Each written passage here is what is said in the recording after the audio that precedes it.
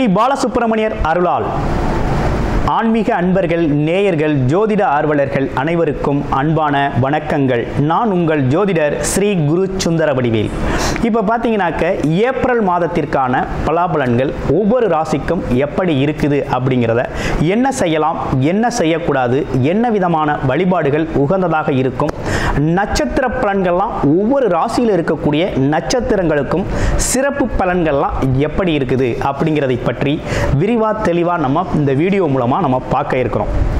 அந்த வகையில் பார்த்தீங்க அப்படின்னு கேட்டிங்கனாக்க, இப்போ இந்த மாதத்தோட சிறப்புகள் என்னென்ன இருக்குது அப்படின்னு பார்த்தோம்னா, ஏப்ரல் மாதத்தில் 8 விதமான சுப முகூர்த்தங்கள் அப்படிங்கிற ஒரு விஷயம் ரொம்ப சிறப்பாக இருக்குது. அடுத்து பார்த்துங்க, பங்குனி உத்திர திருநாள் வருது.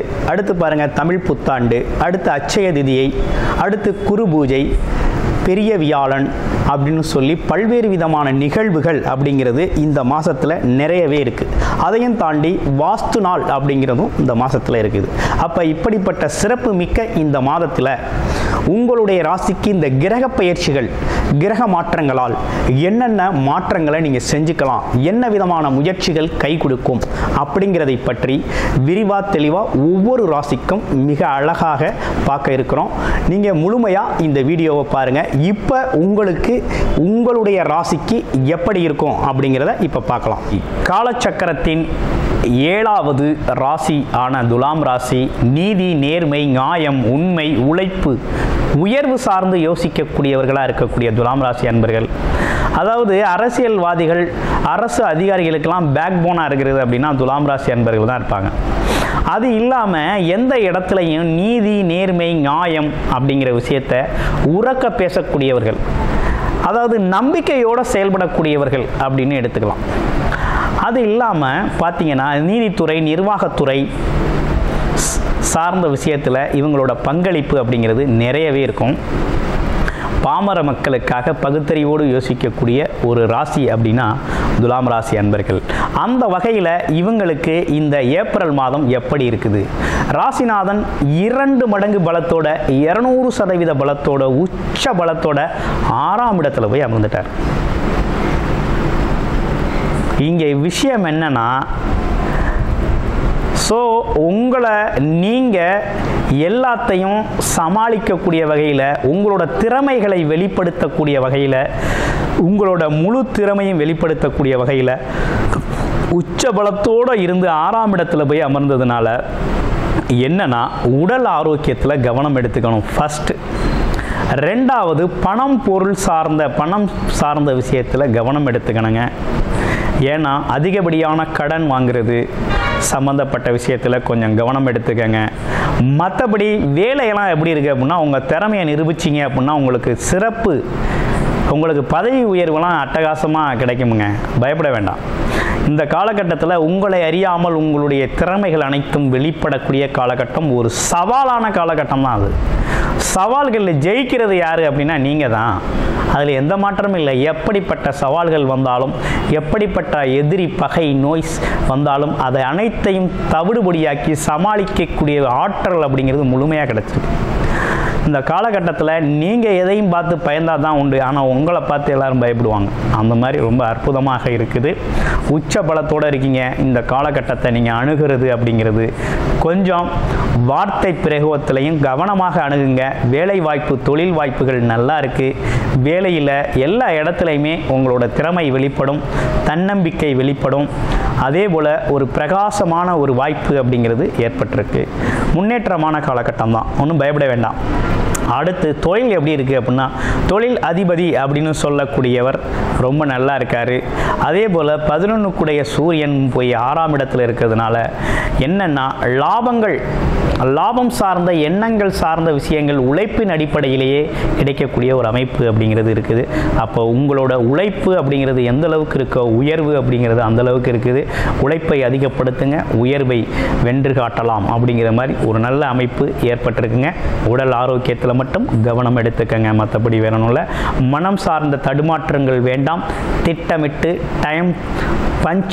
பஞ்சுவாலிட்டியை மெயின்டைன் பண்ணி திட்டமிட்டு செயல்படுங்க அப்படிங்கிறது. திட்டமிட்டு செயல்பட வேண்டிய அவசியமும் உங்களுக்கு ஏற்பட்டிருக்கு. அது மட்டும் இல்லாமல் அப்பா சார்ந்த உறவுகள் சம்பந்தப்பட்ட விஷயத்துலலாம் கொஞ்சம் கவனமாக இருங்க. கொஞ்சம் அவசரப்பட வேண்டாம். அதீத கோபம் அப்படிங்கிறத இருந்தால் குறைச்சிக்கணும் அப்படிங்கிற மாதிரி இருக்குது. அடுத்து சனி பகவான் பார்த்தீங்கன்னா இவ்வளவு நாளாக 5ல் இருந்தார், இப்போ 6ஆம் இடத்துல போயிட்டார். சனி அதாவது 4-5 கூடையவர் சனி உங்களுக்கு. அவர் போய் 6ஆம் இடத்துல, அவர் பாக்யாதிபதி போய் 6ஆம் இடத்துல மறைகிறார், அதுவும் சனி பகவான். அப்போ என்னன்னா 6ஆம் இடத்துல அதுவும் கெட்ட கிரகம்னு எடுத்தோம்னா 6ஆம் இடத்துல மறைகிறது நல்லது. ஆனால் பாக்யாதிபதி அப்படின்னு சொல்கிறது 6ஆம் இடத்துல மறைகிறது கொஞ்சம் மாற்றமாக இருக்குது இல்லையா? அப்போ என்னன்னா முழுக்க மனம் சார்ந்த தடுமாற்றம், உடல் சார்ந்த ஆரோக்கியம் அவசியம்.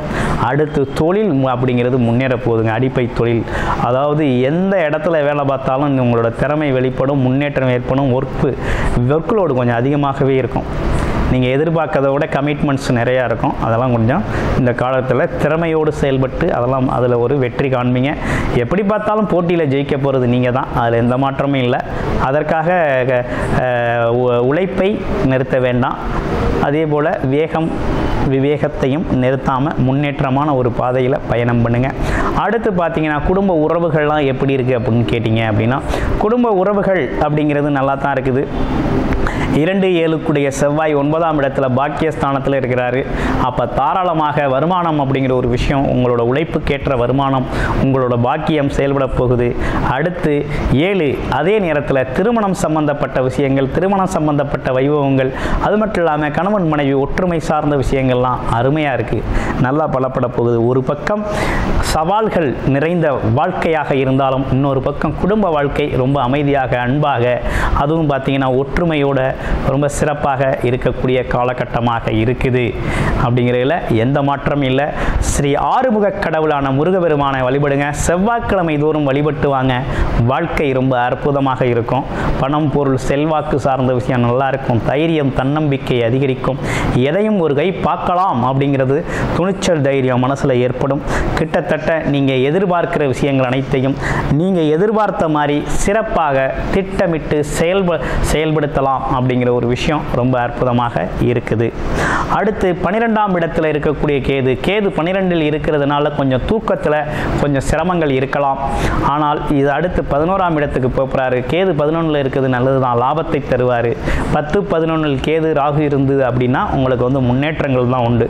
தொழில் வேலை சார்ந்த முன்னேற்றங்கள், தனலாபங்கள் ஏற்படும் அப்படிங்கிற ஒரு நல்ல அமைப்பு அப்படிங்கிறது உண்டு.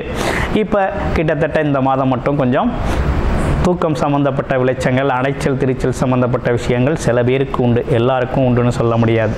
அதே நேரத்தில் உங்களுடைய ராசி ஓகே, லக்கண அடிப்படையில், பிறப்பு ஜாதக அடிப்படையில் இப்போ என்ன தசாபுத்தி அமைப்புகள் நடக்குதோ அது சார்ந்த பலன் இப்போ கோச்சார நிலைகளில் வந்தால் தான் அனுபவிக்கலாம்.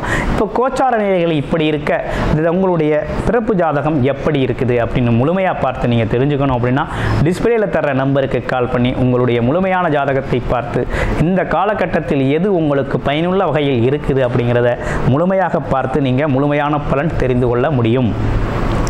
அடுத்து பார்த்தீங்க அப்படின்னா உங்கள் ராசிக்கு 4-6 கூடைய குரு எங்கே இருக்கிறார் அப்படின்னா 8ஆம் இடத்துல இருக்கார். குரு சுக்கிரன் பரிவர்த்தனை, ராசியும் குருவும் பரிவர்த்தனை ஏற்படுத்துகிறாங்க. அதுவும் 6-8 பரிவர்த்தனை அப்படிங்கிறது எப்படி இருக்குது அப்படின்னு கேட்டிங்கன்னா கிட்டத்தட்ட ஒரு வகையில் அதிர்ஷ்டமாக தான் இருக்குது. இடமாற்றம், ஊர் மாற்றம் அப்படிங்கிற ஒரு விஷயம் வேலை சார்ந்த விஷயத்தில் ஏற்பட இருக்குது. அதனால ஒரு முன்னேற்றம் தான் இருக்குது, தடை இல்லை. அப்போ மறைவு ஸ்தான அதிபதிகள் பரிமாற்றம் செய்கிறதுனாலையும் அதே நேரத்தில் அவங்களுக்குள்ளே இருக்கக்கூடிய உச்சபல பரிமாற்றம் அப்படிங்கிறது ஏதோ ஒரு வகையில் பணம் பெருள் அப்படிங்கிற ஒரு விஷயம், சுக்கிரன் குரு அப்படிங்கிறது குருச்சுக்கிரன் அப்படிங்கிறது குருச்சுக்கிர யோகம்னு சொல்லுவாங்க. அந்த வகையில் பணம் சார்ந்த அதிர்ஷ்டம், பணம் சார்ந்த முன்னேற்றம் அப்படிங்கிறது ஏற்படும். இதிலெல்லாம் முன்னேற்றம் கிடைக்கணும் அப்படின்னா சுயஜாதகம் நல்லா இருக்கணுங்க. இருந்தால் தான் இந்த அதிர்ஷ்டகரமான வாய்ப்புகள், திடீர் அதிர்ஷ்டங்கள், இப்போ பார்த்தீங்கன்னா ஷேர் மார்க்கெட்டில் லாபம் கிடைக்கிறது, திடீர்னு 1 ரூபா போட்டேன் 2 ரூபா கிடைக்கிறது. அடுத்து பார்த்தீங்கன்னாக்க எப்போவோ செஞ்சு வச்சது இப்போ பல மடங்கு லாபமாக இருக்கிறது. ஆமாம், ஏற்கனவே கொடுத்த பணம் வராதுன்னு நினச்ச பணம் திடீர்னு வந்து அசத்துறது, இப்படின்னு பல்வேறு விஷயங்கள் நடக்கக்கூடிய காலகட்டமாக இந்த காலகட்டம் உங்களுக்கு அமைஞ்சிருக்குது. அடுத்து வேற என்ன சிறப்புகள் இருக்குது அப்படின்னா, அவரோட பார்வை அப்படிங்கிறது 2ஆம் இடத்துல விழுகிறதுனாலையும், அப்போ என்னன்னு கேட்டிங்கன்னா, குடும்பம் சார்ந்த மகிழ்ச்சி, குடும்பம் சார்ந்த முன்னேற்றம், பணம் சார்ந்த வருமானம் சார்ந்த எண்ண ஓட்டம் அப்படிங்கிறது தொடர்ச்சியாக நம்மக்கிட்ட இருந்துக்கிட்டு இருக்கும். அதற்கான முயற்சிகள் சிறப்பானதொரு பலனை தரும். நன்றி, வணக்கம், வாழ்த்துக்கள்.